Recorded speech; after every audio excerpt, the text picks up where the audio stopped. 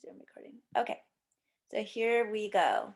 So welcome everybody. My name's Ariane Newton. I'm the Director of Programs at IPSL Global Institute at NUNM. And Joseph just got through telling me that he's applying to NUNM for the naturopathic doctor degree. So that's pretty cool.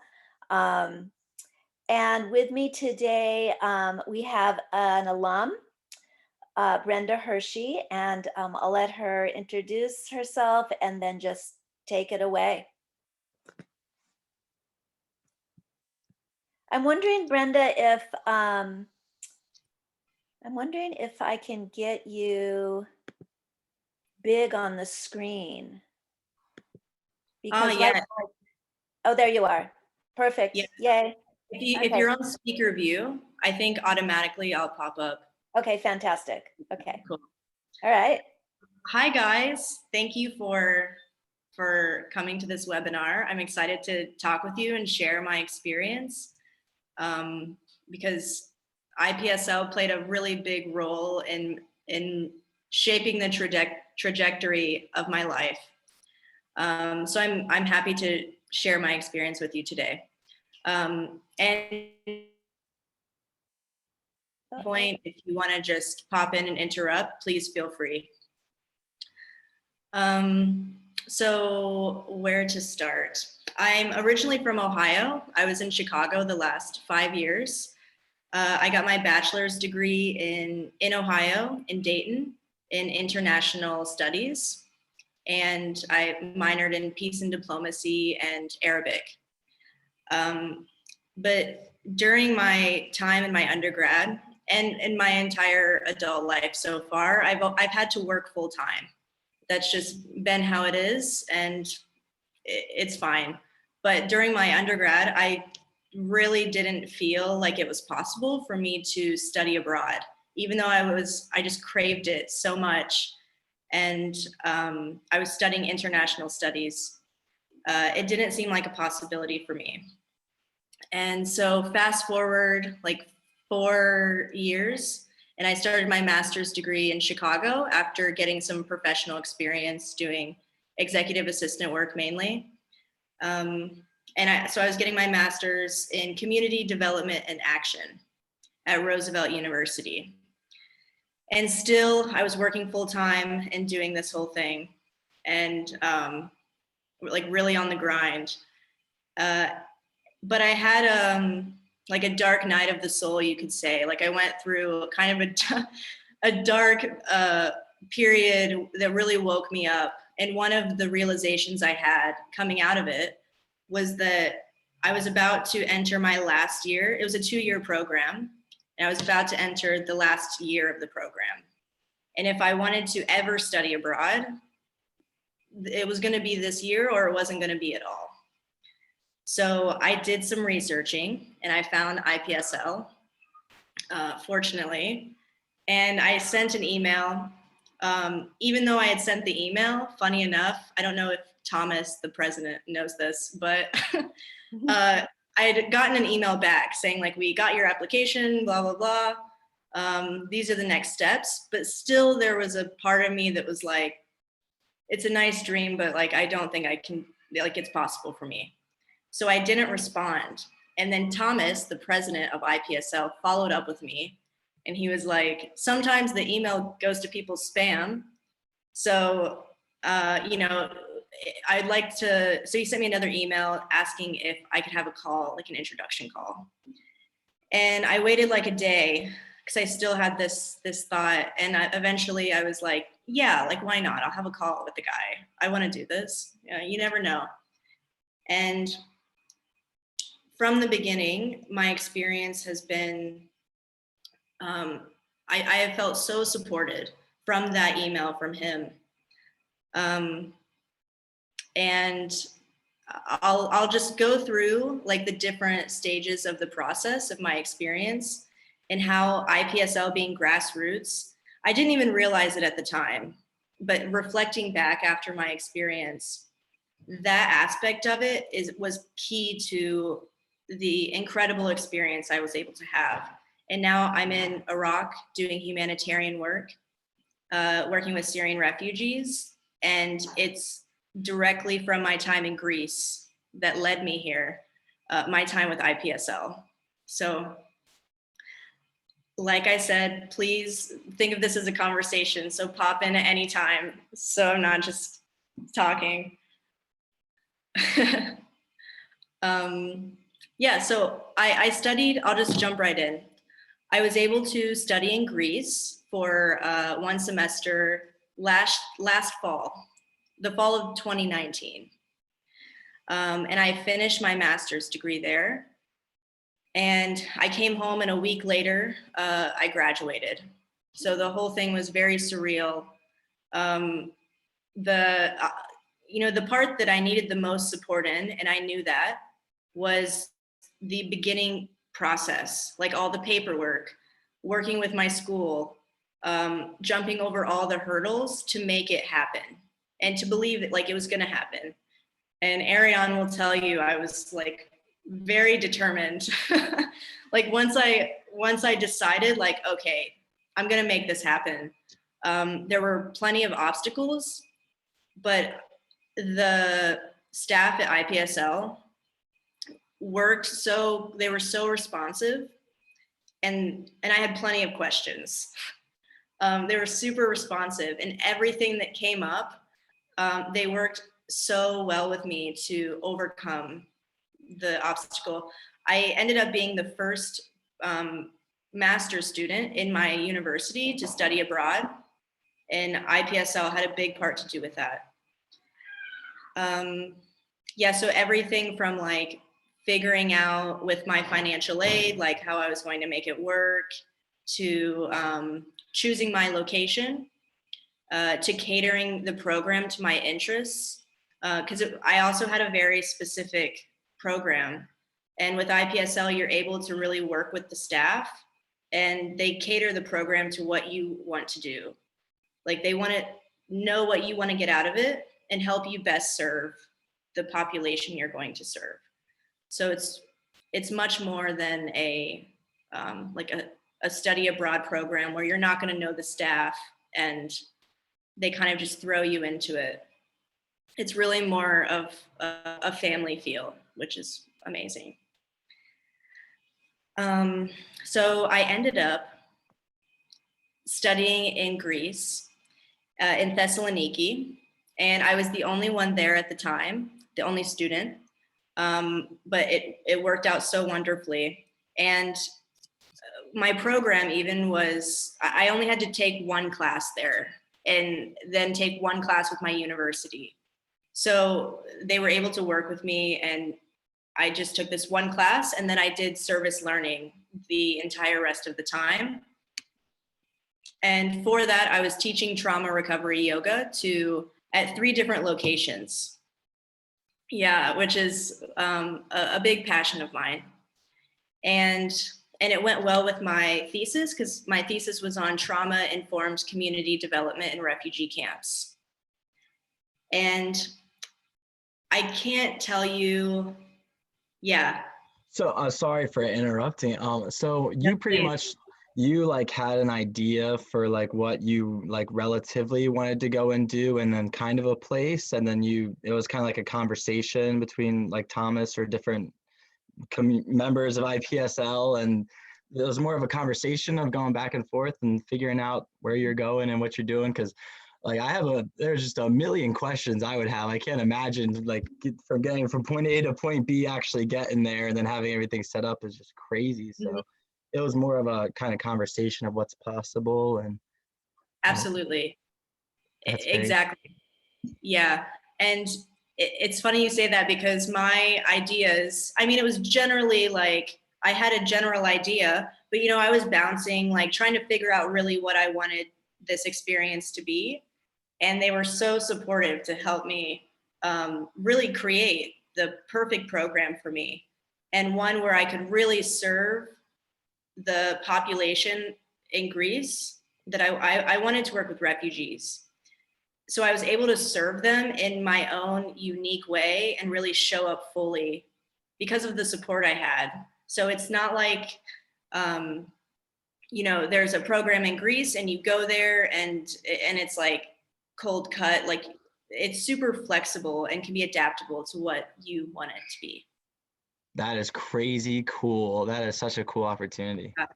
Sorry. Keep going. And Sorry. like I was saying, only reflecting back can I realize how cool that is. Mm-hmm. Totally. You know? Yeah. Totally. So thank you. Mm-hmm. And I can't say enough too about the IPSL staff. So my program director and my professor in Greece. So I had two main points of contact, and these two people will be lifelong mentors of mine. I consult with them here in Iraq. They're so knowledgeable about different things. And in Greece, they were both so well connected that I was able to traverse Mount Olympus, to hike mountains on the Bulgarian border, to go to different art exhibit openings. And then my placement itself was with a small nonprofit organization that had like 20 different projects throughout the city. And I went to them with my program director and we sat with the manager and I told them, I don't know how I can do this exactly, but I would like to teach like trauma recovery yoga. They had a heads up like of what I wanted to do. But they then like reached out to other like managers of these projects, and they placed me in 3 different locations to teach. One was a homeless shelter for Greek children. One was one of the branch offices for refugee women. So they were Syrian, Pakistani, and Afghani refugees. And the third was teaching English, actually, in a refugee camp outside of the city. And I was the first of the volunteers to have gone to a camp. So they were really open-minded. And yeah, the experience was much more than I originally imagined it could be. So, yeah. I definitely already have a few questions. Can I interrupt right here? Yes. Yeah, please. So, wow. So how long were you in Greece and did you go anywhere else? Did you want to do any other programs? So I ended up being there like 2.5 months, and I traveled a little before and a little after. So I was gone for 3 months. And that was also catered to, I needed to adjust the cost a little bit. So IPSL worked with me to go as much as I can make it work, which was really unique. I don't think, yeah. And then, and I traveled a bit before I went to London, and then during I went to Sofia, Bulgaria, and after I went to Istanbul and Prague. So I tried to take advantage of what was right around there. Very cool. I saw you were in Kurdistan. Is that where you are now? Yes. Yeah, I'm here now. So that's a job that maybe you got after Greece? Like, did you go back to America or how did you get that job? That's a funny story, but the short version is a couple days before I left Greece, I met a man in the laundromat and we got to talking, and he had just left Kurdistan, and he said they were looking to hire someone to fill his position. So we had lunch and I sent my resume to this organization. I've been here for a year now. So I went back home for a month and I came straight here from Greece. Wow. Yeah. Do you want to go to Kurdistan, or you just liked the position that was offered and thought it would be interesting? You know, I specialized in the Middle East, so I had a general interest in this region, but I would not have specifically said, yeah, like that's the next place. I had no idea, no, but it's worked out perfectly, you know, as it does. Yeah. Mm-hmm. And then you might have said this part, but you how did you decide Greece? Was it just because that was the program with IPSL that had the refugee focus and you knew you wanted to work with refugees? Yeah, that's a good question. And it was one of the points that that I worked with IPSL on a bit. The main reason was because of the population. I want to work with refugees. However, because of the, like there was a shifting in I needed to adjust for the cost. And so I was looking at Cambodia as well. But in the end, I realized my why, the reason I was going was for the population. And what ended up happening was IPSL worked with me to like adjust the time frame. So it couldn't have been more perfect, but that's the main reason I went to Greece. Okay, awesome. I have a few things to add. So I'm really happy that you talked about our team on the ground, Brenda, because we really, being small and grassroots, we really focus on supporting the local economies. And our team there is composed um, of local people that have, that's why they're so well connected. I mean, they know their country, they know their city, they know, what's happening there, and they're keyed into the NGOs and the work that's being done. And they're very flexible in the sense that if social issues shift, like for instance, let's say in Greece, suddenly the refugee population was solved. And, then there were NGOs that needed to work on some other social issue. They would, it's part of their job really to make those connections and keep those relationships alive so that when we have students interested in a particular thing, we can just talk to them and say, hey, Brenda's interested in blah, blah, blah. And do you have something going on?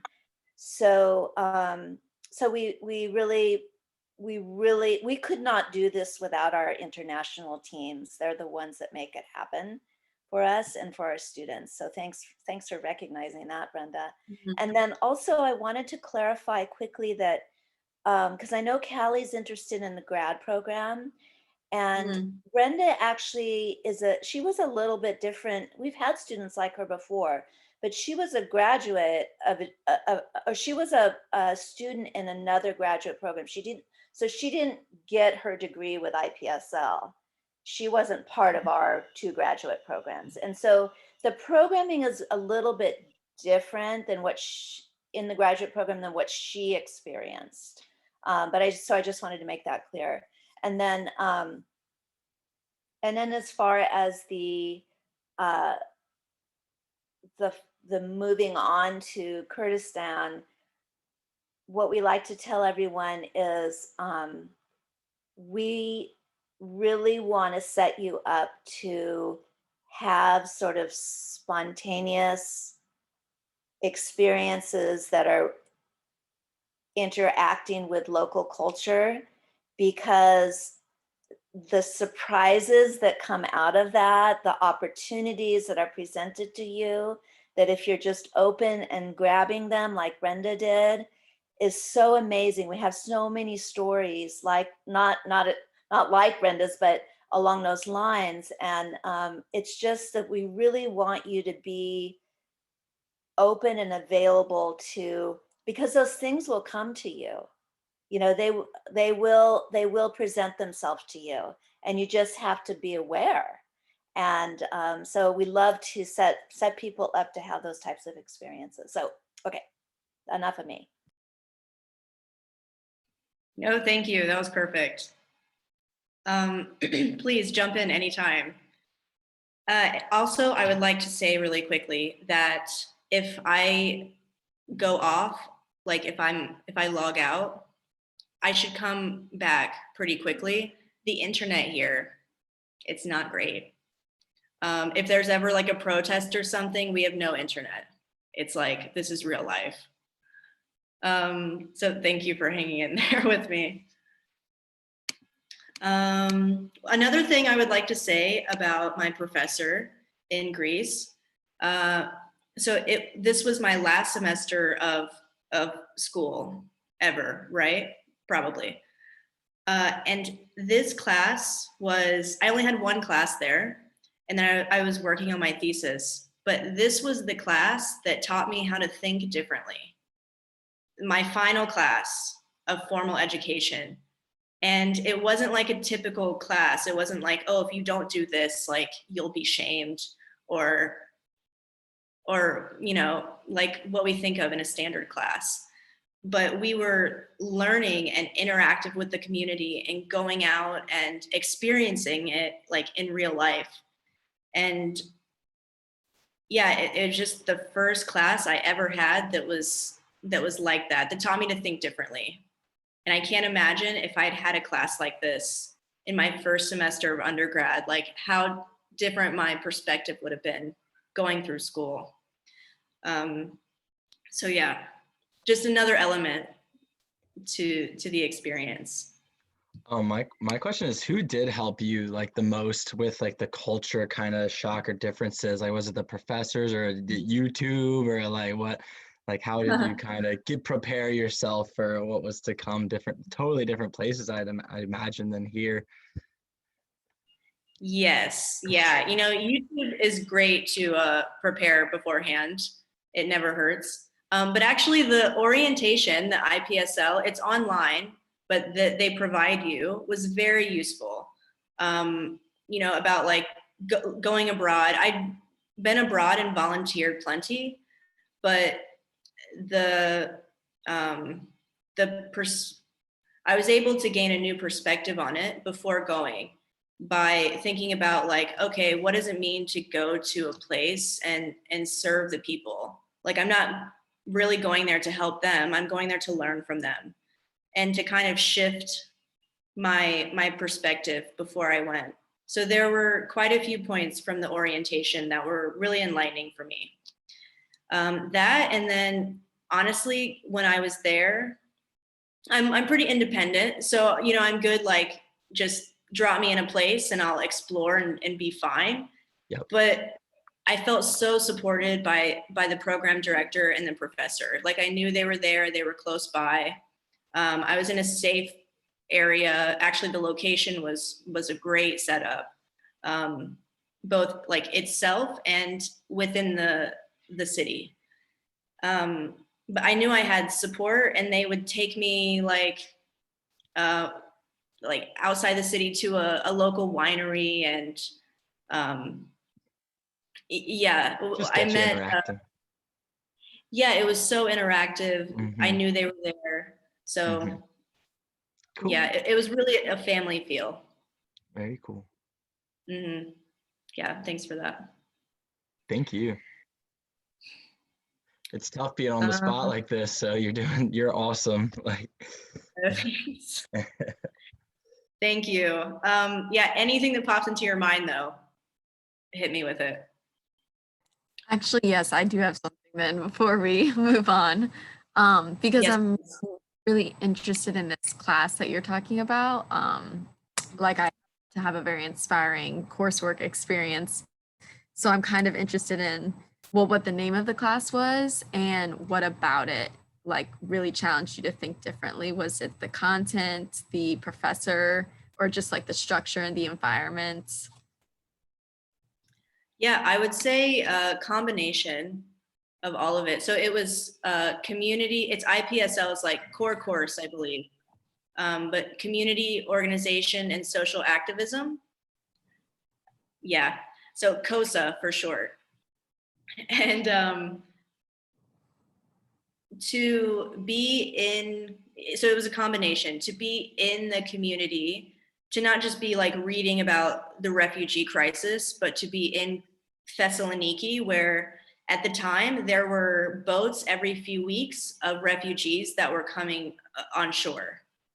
And then, I'd take a bus packed full of refugees, like 35 minutes out of the city to the camp. And on the way, we'd see like groups of people walking on the side of the road, like with stuff on their back, like they clearly had just arrived. So to experience it like this was, you know, I've worked with refugees in Chicago, and I mentored some kids, like I'd go to their home, and that's great, but it's just very different from experiencing it this way. So that was a big part of it.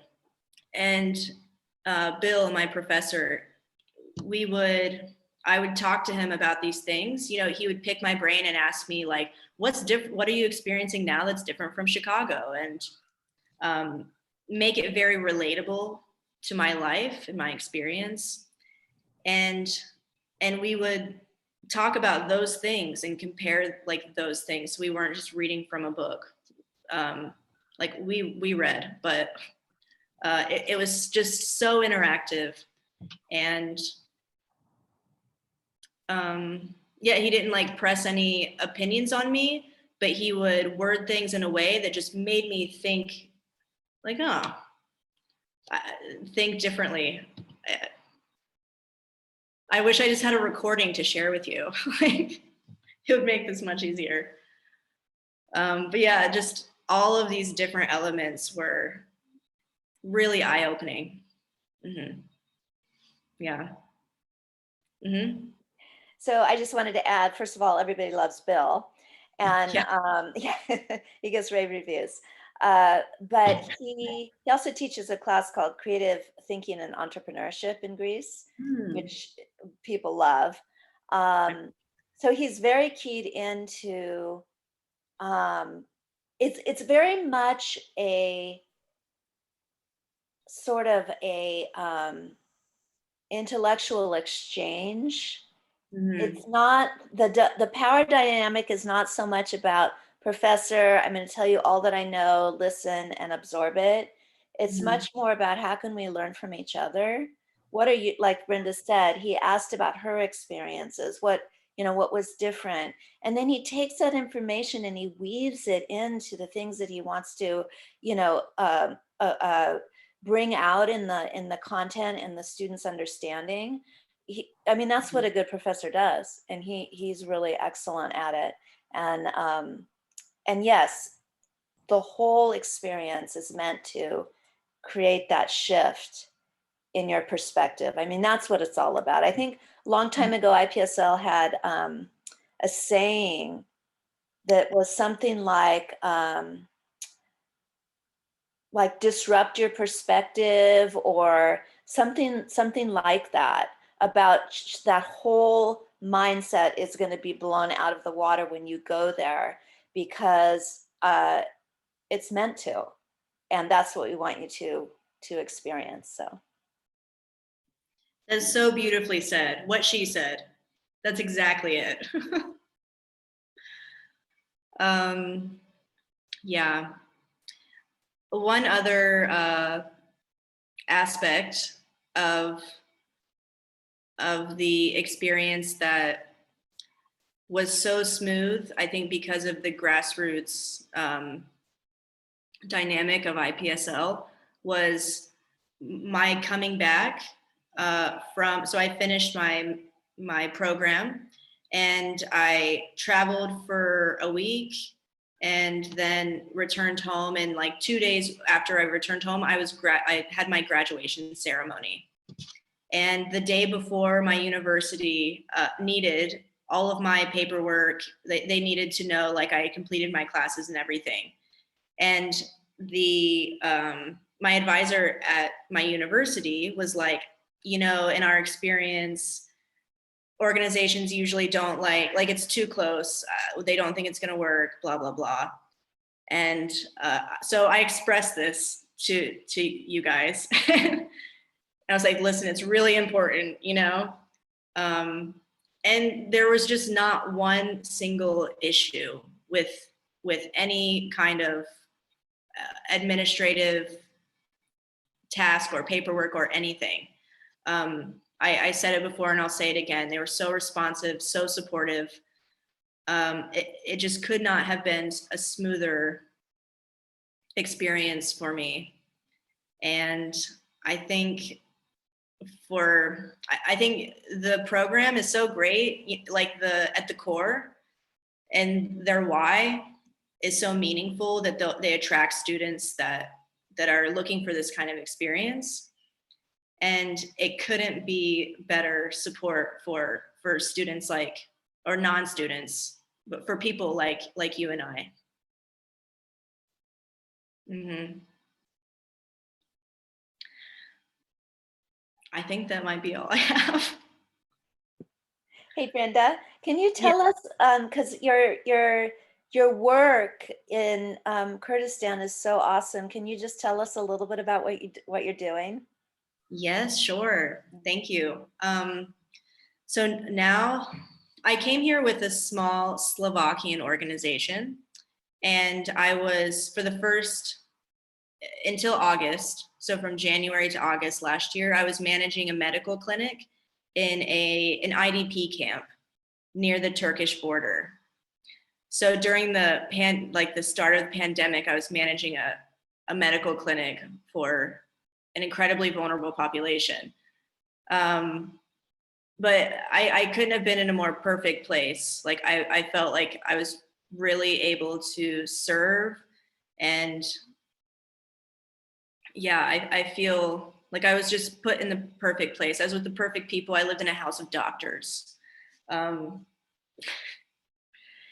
And Brenda, and it was not a problem. I've often wondered this, and I've never had a chance to ask you this. I mean, your training is not medical. So how did that work out? And the other thing I wanted to mention was which I just forgot. Anyway, that's the one. Okay, pop in when you think of it though. Yeah. Yeah, that's a good question. I had that question myself. I actually, it was really based on I was a field coordinator, so it was based on my humanitarian and managerial experience. So I wasn't like managing, I was in charge of supplies and making sure services were running smoothly, but I wasn't like micromanaging doctors. So it worked well, but I learned a lot. I bet. I remember. So IDP, everyone's good with that acronym? Internally displaced people. So actually the people here are mostly affected by ISIS in 2014. So that population were Yazidis. And the population I'm working with now, I started with a new organization because my contract had ended. So now I'm working with Syrian refugees on a livelihoods project. So we are helping them start small businesses or scale up their small businesses, and supporting farmers in a few different ways, and facilitating vocational trainings for vulnerable youth. Yeah, and I'm here in Dahuk in Kurdistan. And I go back and forth between here and Erbil, which is the capital. If you've heard of Kurdistan, you may have heard of Erbil. But I'm surrounded by mountains. I'm in a valley of mountains really close to the Turkish border, which is cool. I'm like a 1-hour drive from Turkey, but it's also like this area is very safe relatively for this region. But every now and then we hear bombs being dropped because Turkey, for I think at least a year now, they've been targeting the PKK, which is a militia group, in the mountains. They have bases in the mountains. So all around us, there are things happening, which, to be honest, for me is cool. I'm good with it. And this area is very safe. But yeah, I'm able to be here and serve, and I would not be here if it weren't for jumping without knowing what the ground looked like, and just believing that I could study abroad and getting rid of the mistaken beliefs that I had always had, and making it happen. I want to know a little more about the yoga that you said that you were doing with refugees and how that came to be and what that is. Yeah, sure. I Cool. could talk your ear off about yoga, but I won't. Another time, next time. Yeah. Yeah, so I'm a certified trauma recovery yoga instructor. And I worked for Trauma Recovery Yoga, the nonprofit organization. They're in the US, all of 2019. And so I feel very passionately about that. It also has saved me in different traumas and experiences. So I wanted to share that.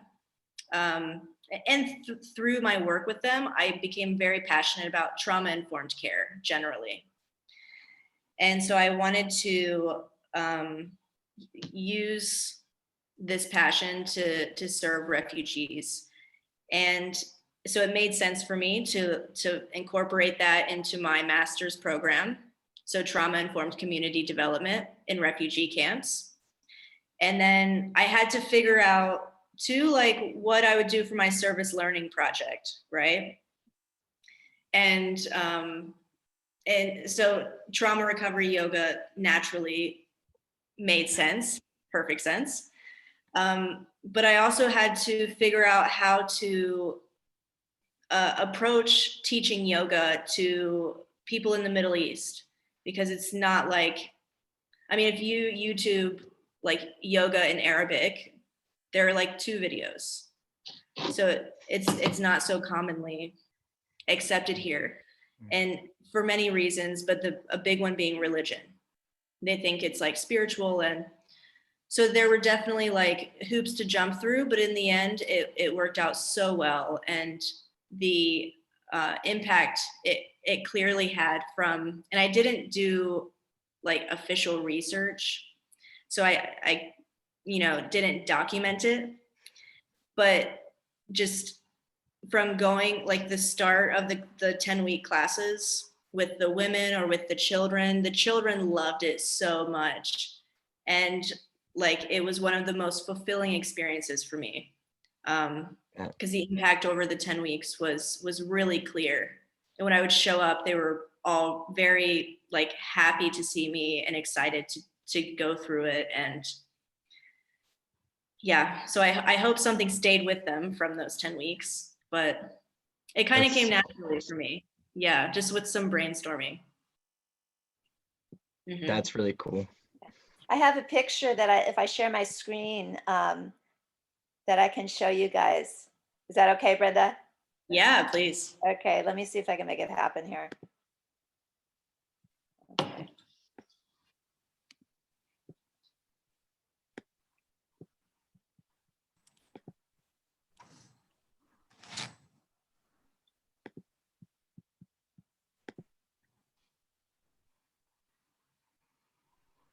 Can you guys see it?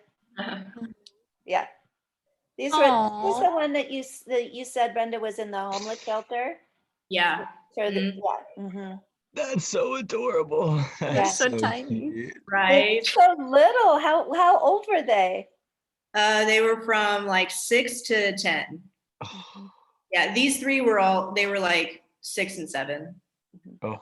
And by like the 5th class, the first few classes are always tough with kids. Like they'll have fun, but it's, there's no flow. By like the 5th class, they knew all the moves. They were like doing them before I was. It was a really rewarding experience. Mm-hmm. That's Yeah. awesome. So did you have, oh, sorry. No, you go. Did you have like, you said maybe some pushback from the adults a little bit, like were they resistant to some of it and like, I guess didn't understand why, or yeah. Mm-hmm. There was, there wasn't a lot of pushback really. It was more of me trying to navigate it at the beginning to avoid pushback.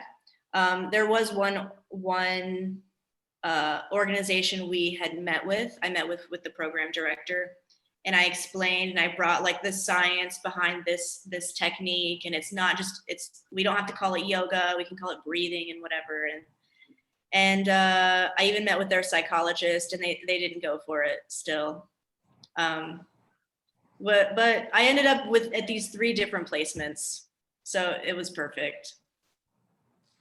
Yeah, it sounds like you really had to like sell that because it's not obviously well known or common there. So do you think that was like a skill you used to be able to convince people? Like did you have to really make the effort, or do you think because you were with IPSL they I don't know, maybe trusted you more? I don't know. Definitely. Like, we met with ARSIS, which was the organization that I ultimately was placed with. And yeah, there's definitely like IPSL has a great reputation in the community, so that helped. And honestly, with them, it wasn't like I didn't need to convince them really. Like I brought, you know, the science behind it. This is why I do this. We can call it whatever, and they were cool. So yeah, in the end, it worked. It was easy with who it was supposed to work with, I guess. Yeah. Mm-hmm. Yeah. And I think that one of the things too is that our program directors build and maintain relationships with different organizations, so that, like Brenda, you know, she encountered something that you know, an organization that wasn't really wanted to participate. It's okay, because there were other opportunities. And the other thing too is that if we work with you, which we always do in advance, and you tell us something that we don't have connections with, we can talk with our program director in advance and say, hey, can you look for some opportunity in some organization that is serving the community in this way, that would be interested in having a volunteer, you know, come and do whatever. And we've actually built some really nice relationships based on student interest that we really, you know, didn't have before and wouldn't have thought of getting. So that's been really cool. So it's kind of a give and take between the student and IPSL in so many ways, because with you guys, we build relationships in the community, we expand our reputation, as Brenda said, we expand our connections. So you're the one that why that is happening. So it's really much a give and take. And can I ask, so each of you, do you have like an idea of where you would want to go or what you would want to do? I'm very interested in the Guatemala program, which is sort of, it's called like the One Health. I don't know if you know about this one, and it's related to permaculture and some Mayan cosmology. And I'm very interested in anthropology. That was my undergrad, and I've always kind of thought I would get a graduate degree in anthropology, but I just have found like the sort of academia fields to be not as experiential as I want, you know. So I didn't find any grad schools that like really excited me, and except this one, which is more like a whole lifestyle experience, you know, that I want. And so I heard Columbia would be good for anthropology, so I'm looking into that one more. So super cool. Yeah, that sounds perfect. I'm similar to Callie. I'm looking at South America, I think, although I haven't looked as into the different programs as much as I should have, or as much as I will after this. But definitely something in South America is where my mind's at, I think. But I'll go anywhere in the world. I have no problems going anywhere. But South America sounds cool. First, I'll check that off. So very cool. We'll see. Oh, sorry. Go, Callie. You go. This is actually a question you could probably help me answer. Is like, do most of the grad participants in IPSL, do they also get an NUNM degree? Like, are a lot of them from, I don't know, the medical school and they hear about IPSL? or do they just come from all over? They do come from all over, and the 2 degrees that we have, which actually result in a degree, like your diploma is from NUNM, but it's in international development and service or community organizing, social activism, either one of those. Aside from that, we have students that maybe didn't know about us, but when they started looking at NUNM for maybe global health, they decided, oh, maybe this is the grad degree that I'm interested in. We also have people shifting back and forth. Like NUNM has a really fantastic global health degree, which actually is very much tied into what we do. In fact, we share courses in many ways, and there's a requirement and an opportunity for global health, NUNM global health master's degrees to do experiences with IPSL as part of their degree. So it's a really a fluid mix and match kind of experience. We also have NDs and nutrition students as part of the medical school, and others that have fieldwork requirements or preceptorships or internships, or just want to take some electives over the summer and want to do something internationally.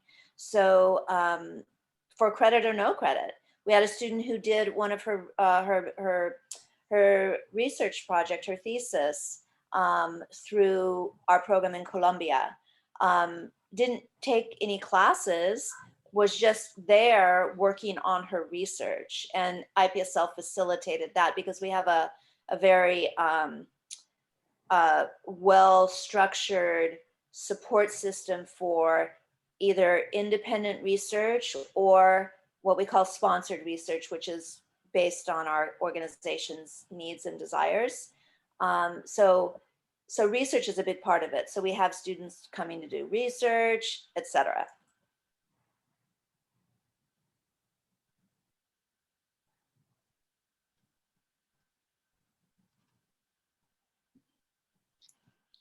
Okay. I think that's all I have. Anybody else have any questions? I will just say I feel so inspired, like just to see the faith you had and all of the doors that opened. Yeah, amazing. Mm-hmm. Definitely. Ditto. That I want to go research where I'm going. I want to figure it out. So get me out of this room, this box. I know. And I have to say, yeah, I have to say that, obviously things ground to a screeching halt when the pandemic first arrived, or we knew about it. But as countries open up, IPSL makes a judgment decision about safety and not only for the students, but also for our communities. And so we have students that just arrived in both Guatemala and Colombia, and students that are going to Ireland here shortly.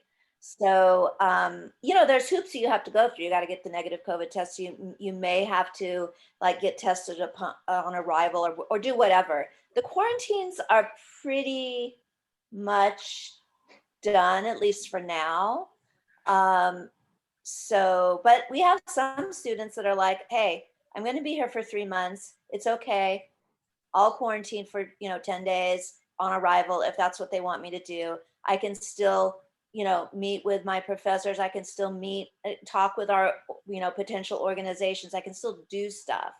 And so yeah, it just depends on what you want. So things are opening up, and hopefully it will just keep on that trajectory as we go forward.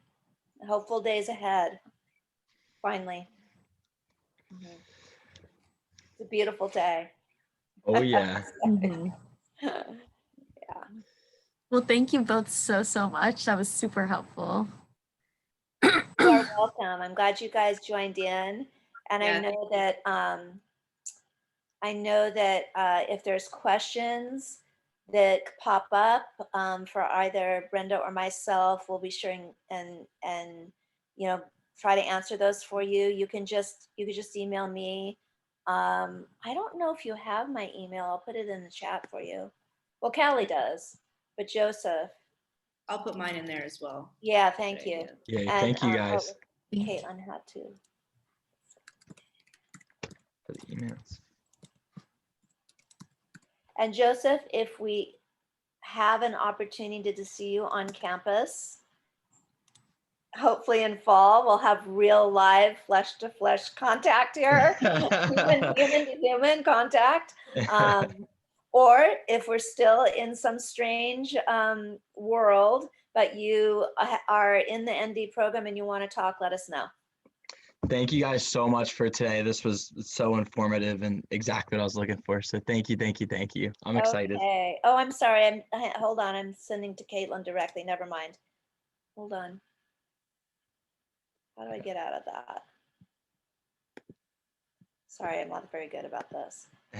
So No it worries. wants me to send Caitlin a direct message instead of to everyone. Brenda, can Where- you just put it? Can you just put it in for me? You know, Yeah. it's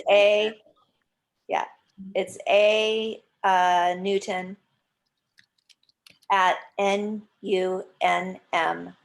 Mhm. Cool. Yay! Thank you Mhm. for the technically challenged. So glad I have you, the youngsters available. That's what we're here for. Thank you very much, everyone, and thank you to Brenda for taking the time. And Thank you.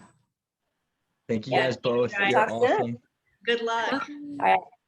Yeah. Bye, guys. Bye. Bye. Bye.